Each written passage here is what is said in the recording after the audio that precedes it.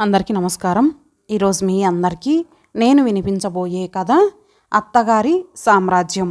రచయిత బొబ్బు హేమావతి గారు. ఇక కథలోకి వెళితే, అత్తగారు కంచు గ్లాస్లో టీ తీసుకొని వచ్చి డైనింగ్ టేబుల్ పైన వినీత ముందు ఠంగుమని సౌండ్ చేస్తూ పెట్టింది. అప్పటికే టిఫిన్ తింటున్న వినీత తల ఎత్తి తన వైపు చూడగానే ఆమె వినీత వైపు చూసి చూడకుండా వేరొక పక్క చూసినట్లు చూస్తూ చిరాకు పడుతూ, ఇంట్లో పనంతా నేనే చేయాలి, గొడ్ల చావిడైపోయింది, ఒక్కరికి కూడా నా బాధ పట్టదు అంటూ రుసరుసలాడుతూ వంటగదిలోకి వెళ్ళింది. ఇప్పుడు ఎవరైనా బయట వ్యక్తులు ఆ సంఘటన చూసి ఉంటే, అయ్యో పాపం పెద్దావిడ, ఏంటిది పెద్ద కోడలు పనిలో అత్తగారికి సాయం వెళ్లకుండా పెద్దావిడైన అత్తగారి దగ్గర చేయించుకుంటుంది అనుకుంటారు. అక్కడ జరిగేది ఒకటి, కంటికి కనిపించేది మరొకటి.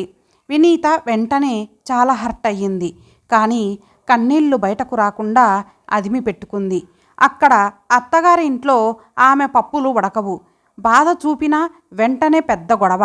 ఇక కోపం ఎక్కడ చూపేది? వినీత నిశ్శబ్దంగా ఆ టీ తీసుకొని తాగింది. అప్పటికే హాట్ కేసులో నుంచి 4 ఇడ్లీలు తీసుకొని పెట్టుకొని చట్నీ వేసుకొని తినింది. కనీసం అత్తగారు తను టీ తాగిందా లేదా అని తిరిగి కూడా చూడకుండా వెళ్ళిపోయింది. మీరు నవ్వుకోవచ్చు, అత్తగారు వినీతకు గౌరవం ఇవ్వాలా అని. నేనంటాను ఇవ్వాల్సిందేనని. ఎందుకంటే వినీత పెళ్లి చేసుకొని అత్తవారింటికి వచ్చేటప్పటికి ఆమెకు పెళ్లి కావలసిన ఆడపడుచు, చదువుకుంటున్న మరిది, చాలీ చాలని సున్నపు మిద్దెలో నివాసం. వినీత భర్త భార్గవ్ అప్పుడే ఎంకామ్ ముగించి ఒక ఆడిటర్ దగ్గర ఉద్యోగంలో ఉన్నాడు. వినీత ఎంఫిల్ జస్ట్ పెళ్లికి ముందే పూర్తయింది. వినీత గైడ్ తనను అలాగే పిహెచ్డి కంటిన్యూ చేయమన్నాడు. డాక్టరేట్ తీసుకోవాలి, డాక్టర్ అని అనిపించుకోవాలి అన్నది ఆమెకు తన చిన్ననాటి కల. దానిని ఎలాగైనా సాకారం చేసుకోవాలని కష్టపడుతోంది. పెళ్లికి ముందు భార్గవ్ మాట్లాడుతూ వినీతతో పిహెచ్డి థీసిస్ తనకు కట్నంగా ఇవ్వమని అన్నాడు.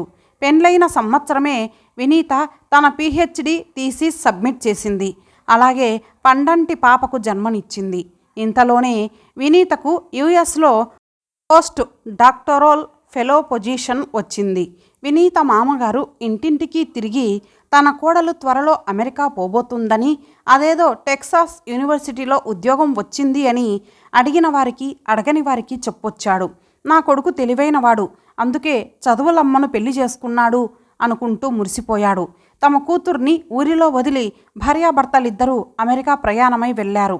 ఇక అమెరికా చేరుకున్నాక భార్గవ్కి కూడా అదే యూనివర్సిటీలో లైబ్రరీలో సిస్టమ్ అనలిస్టుగా ఉద్యోగం వచ్చింది.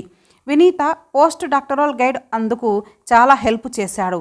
వినీత మంచితనం, భార్గవ్ చురుకుతనంతో ఇద్దరూ కష్టపడి సంపాదించినట్లు ఇండియాకు పంపించారు. 2 ఏళ్ల తర్వాత వినీతకు ముద్దుల మూటగట్టే చిట్టి తల్లి టెడ్డీ పుట్టింది. అంతలోనే పెద్ద పాప బార్బీని ఇండియా నుంచి అమెరికాకు తెచ్చుకున్నారు. 2 పిల్లలతో, ఉద్యోగ బాధ్యతలతో భార్యాభర్తకు తమ సంతోషానికి కూడా టైం కేటాయించుకోవడానికి కుదరలేదు. పెద్ద పాప బార్బీ స్కూల్కి వెళ్ళడం మొదలుపెట్టింది. భార్గవ్ పాపను స్కూల్లో దించి డ్యూటీకి వెళ్ళిపోతే వినీత త్వరగా యూనివర్సిటీకి వెళ్ళి పాప స్కూల్ నుండి వచ్చేటప్పటికి ఇంటికి వచ్చేది. భార్గవ్ తాను వచ్చేటప్పుడు చిన్న పాపను డే కేర్ నుండి ఇంటికి తీసుకొని వచ్చేవాడు. ఈ ఉరుకుల పరుగుల జీవితంతో కాలం త్వరగా గడిచిపోయింది. కానీ ఇద్దరి మధ్య ప్రేమ లోపించడం మొదలయ్యింది. ఇప్పుడేమో అత్తగారు తనని కనీసం వంటగదిలోకి కూడా రానియడం లేదు. ఆ వంటగదికి ఆమె రారాని. అలా వినీత 10 ఏళ్లు అమెరికాలో పనిచేసింది. సంపాదించిందంతా భర్త తల్లిదండ్రులకు పంపిస్తూ ఉంటే భర్తతోటే కదా జీవితం అనుకొని ఊరుకునేది. ఇప్పుడు ఇక్కడ చూస్తే ఏమీ లేదు. అలా పంపించిన డబ్బుతో మామగారు చాలా పెద్ద ఇల్లు కట్టారు ఉమ్మడి జాగాలో. డబ్బులు వడ్డీకి తిప్పుతున్నారు. అంతా బాగానే ఉంది అనుకునేటంతలో ఉన్నట్లుండి వినీత భర్త భార్గవ్ తమ 2 కూతుర్లను తీసుకొని ఇండియా వెళ్ళిపోయాడు. ఆ రోజు వినీత యూనివర్సిటీ నుండి ఇంటికి రాగానే భర్త ఆమెకు ఫోన్ చేసి తాము ఇండియా ఫ్లైట్ ఎక్కాము అని చెప్పాడు. నువ్వు ఇక్కడే ఉద్యోగం చేసుకో, నేను పిల్లలు ఇండియా వెళ్తున్నాము అన్నాడు. వినీత వెంటనే షాక్కి గురయ్యింది. ఆమె తిరిగి ఎన్నిసార్లు ఇండియాకు ఫోన్ చేసినా భర్త ఫోన్ తీయలేదు.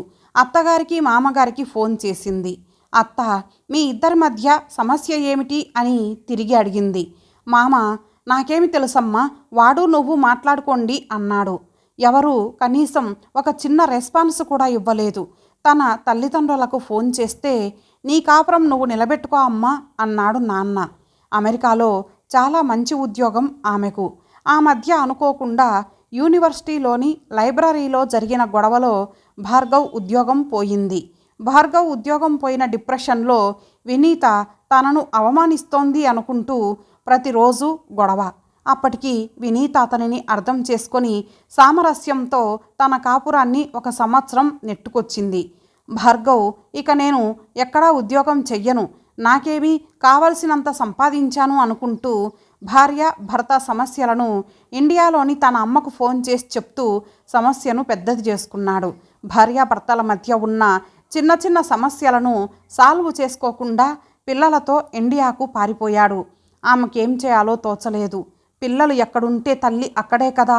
ఆమె వెంటనే ప్రయాణం అవ్వడానికి కుదరదు. యూనివర్సిటీలో ప్రాజెక్టు పీక్ స్టేజ్లో ఉంది. పూర్తి చేయడానికి ఇంకా 2 నెలలు పడుతుంది. ఆ 2 నెలల్లో ఆమె ఎంతో మానసిక ఆందోళనకు గురైంది. ఎప్పుడైనా పిల్లలకు ఫోన్ చేసినప్పుడు వినీత చిన్న కూతురు టెడ్డీ అమ్మని ఎంత మిస్ అవుతున్నాను అని చెప్పింది.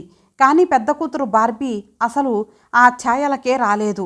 అప్పటికే బార్బీకి 12 ఏండ్లు నిండాయి. బార్బీని పెద్దవాళ్ళందరూ కలిసి మార్చేశారు. అమ్మ మీద ఎన్నో చాడీలు చెప్పేశారు. మరిది వడ్డీ వ్యాపారం అంటూ తన చదువును కూడా పక్కన పెట్టేశాడు. ఆడపడుచు ఆమె భర్త ఇద్దరూ తమ ఇద్దరి పిల్లలతో ఇక్కడే. ఆలోచన లేకుండా కష్టపడి సంపాదించిన డబ్బు ఎప్పటికప్పుడు పంపి తాము తప్పు చేశాము అనుకుంది వినీత. 2 నెలల తర్వాత తన అమెరికాలోని ప్రాజెక్టుని కంప్లీట్ చేసి తనకు ఉన్నటువంటి బాధ్యతలన్నిటినీ పూర్తి చేసుకొని వినీత ఇండియాకు వచ్చింది. తన అత్తగారి ఊరు పులివెందుల దగ్గరలోని పల్లె. అక్కడికి వెళ్ళగానే తన కోసం ఎదురు చూసేవాళ్ళు ఎవరూ లేరు. భార్గవ్ అంటి ముట్టనట్టు మాట్లాడుతూ ఉన్నాడు ఆమెతో. చిన్న బిడ్డ టెడ్డీ వినీత దగ్గరకొచ్చి అమెరికా చాక్లెట్లు బొమ్మలు తీసుకుంది. అమ్మ మళ్ళీ ఎక్కడ కనిపించకుండా పోతుందో అని తనను వదలకుండా తనకు కబుర్లు చెప్తూ తనతోనే పడుకొని నిద్రపోవడం మొదలుపెట్టింది. కానీ పెద్ద బిడ్డ తనకు దూరంగా వినీతకు అర్థమయ్యింది. తను తన పెద్ద బిడ్డను కోల్పోతున్నాను, జాగ్రత్త పడకపోతే పూర్తిగా కోల్పోతాను అనుకున్నది. తన భర్త భార్గవ్తో మాట్లాడదామంటే అతను తల వంచుకొని వెళ్ళిపోతున్నాడు. తను ఏదో పెద్ద తప్పు చేసినట్లు ఇంట్లో అందరి మౌనం. అవును, మరి ఇన్ని సంవత్సరాలు ఇద్దరూ కలిసి అమెరికాలో సంపాదించిన మొత్తం ఇండియాకు పంపించేశారు. భర్త అమెరికాలో ఉద్యోగం మానేసి ఇండియాకు వచ్చేశాడు. నేనిక ఏ ఉద్యోగం చేయను అంటున్నాడు. ఇప్పుడు వినీత డబ్బు కోసం ఎక్కడ తమను ప్రశ్నిస్తుందోనని ఆ మౌనం. అది తన కుటుంబం అనుకునింది వినీత. తన కుటుంబాన్ని తాను ఏమని ప్రశ్నించాలి? చివరికి ఒకరోజు భార్గవ్ని నిలదీసింది. అతను ఆమెకు ముఖం చూపించలేక ఆమెతో మాట్లాడుతూ, నువ్వు మళ్ళీ ఉద్యోగం చూసుకో అన్నాడు. అవును, ఇది పూర్తిగా అత్తగారి సామ్రాజ్యం. ఆమె ఇంట్లో ఒక సేవికగా కూడా వినీతకు ప్రవేశం లేదు. ఇలాగే ఉంటే తను తన భర్తను తన పిల్లల్ని కోల్పోతానని నిర్ణయించుకొని తన ప్రొఫెసర్తో మాట్లాడి వినీత హైదరాబాదులో ఒక ఉద్యోగం సంపాదించింది. పిల్లలను పై చదువు అనే పేరిట హైదరాబాద్కు తీసుకెళ్ళి చేర్పించింది. తిరిగి తన బొమ్మరిల్లు కట్టుకోవడం ప్రారంభించింది. ఇంతటితో ఈ కథ సమాప్తం. మరలా మరొక మంచి కథతో మళ్ళీ కలుద్దాం. అంతవరకు సెలవు. నమస్తే.